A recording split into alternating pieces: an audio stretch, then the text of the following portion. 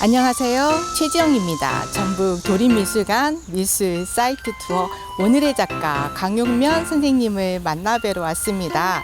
강용면 선생님은 군산대학교에서 학사하시고 홍익대학교 대학원에서 석사를 하셨어요. 현재 아리울 조형연구소 대표로 계시고요.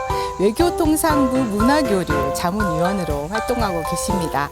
대표작으로는 옹고지신, 만인보, 조항 등이 있습니다. 그럼 우리 선생님 한번 뵈러 가실까요?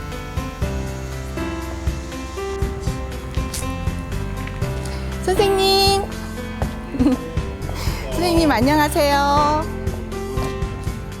제 작업실 방문해 주셔서 고맙습니다. 선생님 그동안 어떻게 잘 건강하게 계셨죠? 그러면 저는 이제 또 올 여름에는 또 굉장히 더위도 또 심하잖아요. 그래서 또 비도 많이 오고 그래서 저는 오로지 뭐 다른 데 돌아다니는 것보다는 작업실에서 작업만 하고 있었습니다. 와, 어마어마한 작업실이에요. 지금 천장고도 높고, 네. 이 용도가 어떤 용도로 쓰여 있는지도 궁금하고요. 작업실 소개 좀 한번 해주세요. 그래서요. 요 작업실은 제가 이게 한 80년도 때 지어진 그 쌀창고예요. 근데 쌀창고인데 이게 지금 한 100평 정도 되는데 제가 처음에는 저는 우선 이제 조각은 부피가 크잖아요. 이게 부피가 크고 작업을 이제 어떤 스페이스가 있어야 하거든요. 저는 이제 주로 대작 위주로 하기 때문에 좀 약간은 어떻게 보면 보관이라든지 이건 뭐 우리 저뿐만 아니라 조각가들이 특히 어떻게 보면 상당히 고통받고 있는 게 그 보관 문제가 좀 여러 가지 딸리고 있는 게 사실입니다. 저도 하여튼 그런 맥락으로서는 좀 앞으로 이제 작업도 조금은 좀 소품으로 해야 하지 않나 하는 생각도 들기도 하고 그러지만 어쨌든 좋은 작품을 할 수 있도록 지금 노력하고 있습니다. 네. 이 공간에서 예. 지금 군데군데 작업을 하고 계시네요. 예. 그래서 이제 요 작업은 한번 볼까요? 요즘은 이제 제가 특히 이제 최 선생님도 한번 보셨나 모르지만 이게 이제 우리 군산 출신 중에 고은 선생님 아시잖아요. 고은 선생님의 이제 그 만인보가 특히 이제 군산의 그 인물들을 처음으로 출발을 했습니다. 군산에 어릴 때 이제 그분이 겪었던 거라든지 이런 분들을 출발해서 한 등장인물이 한 4,300명 정도 되거든요. 근데 그분들을 처음에 만들기 시작했습니다. 그래서 이제 쭉 지금까지 와갖고 어떻게 보면 이 작품 한번 보실까요? 이 작품에 지금의 인물들을 제가 5cm 안에 제가 한 19년 전, 거의 한 20년 됐대요. 20년 전부터 만들기 시작해서 지금까지도 지금 이 작업은 연장성산에 서고 있습니다. 그리고 이것은 지금 좀 축소했던 건데 원래는 15m짜리입니다. 근데 이것은 지금 이건 좀 축소해가지고 지금 제가 설치해 놓은 작품입니다. 이 작품 계속 이어서 하고 예, 계시네요. 예.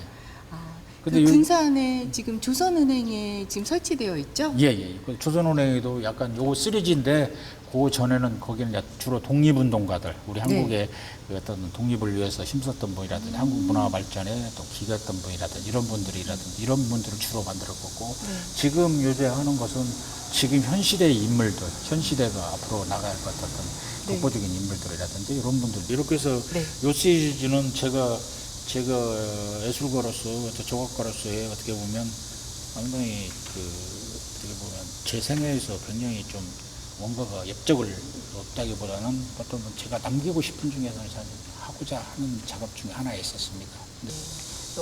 너무 신기하고요. 예. 이 작업 어떻게 하는지 조금 이따가 한번 또 보여주세요. 캐스팅 이게 스컬피라고 그래서 스컬피로 이렇게 인물을 만듭니다. 이게 지금 만인보의 지금 만인보 시리즈이지만 지금 현대 인물들입니다. 지금 만인보에 기록되지 않는 사람들도 많습니다. 왜냐하면 이제 거기에 그걸 연장성사해서 또 새로운 또 인물을 또 한 거 나오시고 이거 이제 얼마 전에 그 작고했던 세계적인 그 크리스토라고 지금 설치 미술가. 그러면 이 작업 일명 캐스팅이라고 하죠. 이 작업을 통해서 지금 이 만인보가 얼굴이 나오는 거잖아요. 그러면 이거가 만들어지기까지는 어떻게 만드나요? 요것은 이제 이거 실리콘이라는 그런 고무 라텍스예요. 라텍스 재는데 신축성이 있는 거거든요. 근데 여기다 부숴서 하면 요걸 빼기가 캐스팅기 빼기가 수월해서 이걸 캐스팅이 나니까 유동적이잖아요. 고무가 생겼잖아요. 그래서 말랑말랑. 먼저 그 흙으로 조각을 하시고 캐스팅으로 그리고 저 스컬피라고 합니다. 요새는 이제 현대적으로 이제 그 흙 작업은 많이 사용하지 않고 흙 대용으로 쓰는 스컬피가 있습니다. 그게 스컬피를 가지고 그걸 굳은 다음에 캐스팅을 해서 요거 지어 붓는 거거든요. 그러면 제가 요거 한번 저희 지어 붓는 것을 한번 해드리겠습니다. 네. 이제 석분하고 섞은 겁니다. 석분하고 섞어서 네. 요걸 이제 이렇게 내지는 내지를 석분을 섞어갖고 이건 이제 원래는 이게 그 반투명인데 이것을 제가 색깔을 집어넣었어요. 왜냐면 나중에 색깔 칠할 것을 생각해서 약간 검정색으로 칠하면 색깔이 좀 깔끔하게 잘 나오거든요. 그래서 검정색을 이렇게 타서 저희가 해서 그 다음에 이게 이제 경화제라고 그래서 이걸 할 이 쉽게 말하면 굽는 겁니다. 그렇죠. 굽는 거. 그래서 이렇게 섞어서 화학자 같아요, 조각가님. 근데 이제 조각가들은 네. 이렇게 뭐 여러 가지 물질을 재료를 다루는 어떤 보면 상당히 부분적으로 굉장히 중요한 어떤 부분을 차지하거든요. 그렇기 네. 때문에 저희들은 어떻게 보면 일반 그 재료라든지 이런 것을 잘 다룰 줄 알아야지. 그리고 그에 대한 특성이라든지 이런 걸 잘 알아야만 제대로 어떻게 보면 작업을 할 수가 있다고 볼 수 있습니다. 과정이 있어야죠. 이건 이제 굳는 과정이 이제 굳어지면 여기서 캐스팅을 빼는 겁니다. 네. 선생님, 조각이라고 하면 우리 보통 청동을 뭐 돌이나 네, 돌이나 원석 그대로 사용을 하는데 지금 여기에서 보니 이거 물감이죠. 네, 유화물감입니다. 아, 유화물감으로 작업을 어떻게 하시는 거예요? 이제 우리는 골격적인 것은 이제 네. 우리가 그 조각에서 철골로 만들고 다음에 네. 그 위에다가 이제 유화물감을 제가 이제 바르기 시작한 거거든요. 이제 네. 그 스텐망에다가 그래서 이제 요 작품은 높이가 한 4m 50 정도 돼요. 4m 50 정도인데 엄청 큰 제가 그 한국의 정체성을 얘기를 했잖아요. 주로 네. 그럴 경우는 어떻게 보면 우리 비가 내리는 듯한 그리고 폭포에서 물이 내리는 듯한 폭포. 그런 느낌, 네, 그런 느낌도 정말 있고, 폭포 같아요. 네, 그런 느낌이고 또 이 용오름, 특히 비 많이 오면 이렇게 네. 막 구름 이렇게 해서 네네. 비 올라간다는 네네. 그 용오름. 그 용오름이라는 게 이제 한국에 상당히 어떻게 보면 새로운 뭔가를 창조, 새로운 뭔가가 뭐 시대 뭐 이런 거로서 용오름이라는 얘기를 많이 하거든요. 그래서 뭐 그런 쪽의 작품 좋아하는 작가도 있고 그런데 저는 한국에 가지고 있는 용오름 뭐 이런 얘기를 좀 전통적인 얘기를 해서 제 작품 속에 해보자는 뜻에서 제가 했습니다. 그래서 이것은 저는 이제 주로 색깔을 칠할 때는 다 붓으로 칠하지 않고 저는 손으로 다 칠합니다. 네. 이제 장갑을 끼고 손으로 다 가해서 저 위에서부터 밑으로 쫙 내려서 칠하는 방법을 치고 있고요. 그다음에 이제 유화물감이라는 게 이제 보존상 문제가 있기 때문에 한두 번 칠하는 것이 아니라 한 20번 이상은 여기다 계속 칠해서 어떻게 보면 담백하게 우러나올 수 있는 뭐 이런 것들. 여기는 또 다른 작업실인가 봐요. 예. 여기는 네. 주로 이제 제가 그 실내에서 좀 보존하는 것을 바깥에서 하고 이렇게 저희들은 이게 트인 공간에서 특히 이제 그 용접 하잖아요. 아르곤 용접이라고 해서 이건 뭐 가스도 나오기 때문에 이렇게 터져 있는 공간을 합니다. 이 작품은 모형이 이겁니다. 저거 이제 아까 그 네. 9m짜리 작업 중에서 한 부분입니다. 그래서 여기는 원래는 이 3D 칠려고 하는 건데 여기 이제 실질적인 높이는 2m 50입니다. 그리고 2m 50에 여기 조금 보면 사람 인물이 5cm 사람 인물 만인모 인물들이 전부 다 뽑아져 들어가는 그런 형상입니다. 이것도 다 그렇게 돼서 직각에 다 맞게끔 하는 걸로 하고 있습니다. 지금 집에만 있어도 더운 날씨예요.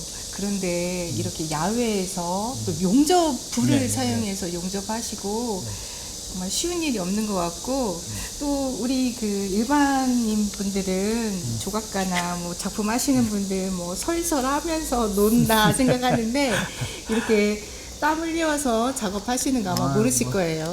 근데 뭐 작가들이라는 게 뭐 항상 뭐 그것은 작업에 대한 것들은 욕심, 작업에 대한 하고자 하는 것들은 자기 뜻이 있으신 작가들은 뭐 더욱더라도 저뿐만 아니라 많이 하죠. 여기에서 보는 작품도 너무 좋지만 선생님 작품 지금 군산에 설치되어 있잖아요. 네.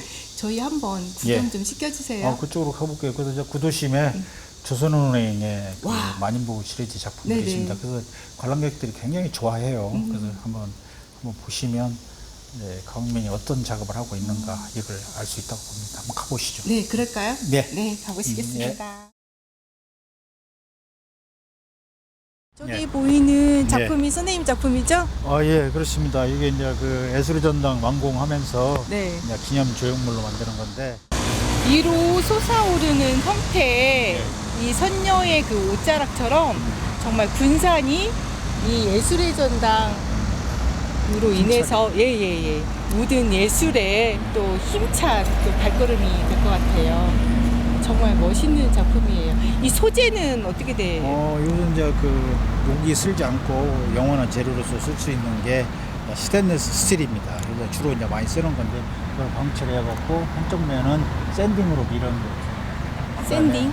예, 샌딩 처리라고 합니다. 네네. 그래서 약간은 이제 광이 안 나게끔 밀어주고 주로 제가 했던 작품입니다. 저는 이제 이 조형물이 이제 여기가 군산시에서 제일 차가 많이 다니면 나오는 사거리거든요. 사거리기 때문에 차를 타고 가다니 이게 보면 밤에는 또 불도 조명이 들어오거든요. 그거 보면 사람들이 좀 그런 어떤 군산이 가지고 있는 어떤 희망, 어떻게 보면 어떤 좀 뭐 등대 역할도 하잖아요. 저쪽 안쪽에 불도 군산의 있고. 희망, 등대. 네. 뭐 이런 거를 감정을 느꼈으면 좋겠어요. 그래서 또 제가 군산 사람들이 저를 모르는 분들은 그 예술의 전당 작품 보셨냐고 물어보면 봤다 보면 그게 제 작가라고 이렇게 얘기를 하거든요. 그래서 저는 또 개별적으로 또 홍보가 되는 게 있습니다. 그래서 이 작품 보면 항상 제가 그래도 군산에 제가 그리고 예술의 전당이잖아요. 예술을 하는 사람으로서 너무나 좀 제가 너무 자부심을 느끼고 있습니다. 맞아요. 군산에 볼거리가 많이 있어요. 그 중에 예술의 전당. 그리고 그 앞에 있는 선생님의 작품으로 진짜 등대 역할을 할 수 있는 우리 문화 시설이 아닌가 싶습니다. 선생님 외국에 나가셔서 전시회 많이 보시잖아요. 예, 전시회 그렇죠. 보시면서 예. 우리 작가들에게 해주실 말씀 있으시죠?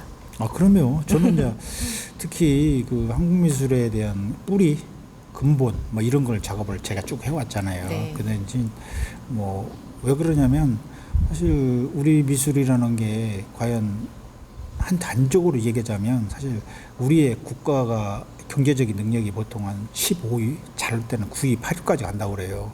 네. 그러면 사실 문화예술이라든지 이런 것도 사실 뭐 꼭 순위를 매기보다는 그 정도 세계적으로 우리가 나야 있었는데 사실 한국 작가가 외국에서 그렇게 유명한 작가는 뭐 있긴 있어도 그렇게 많지는 않아요.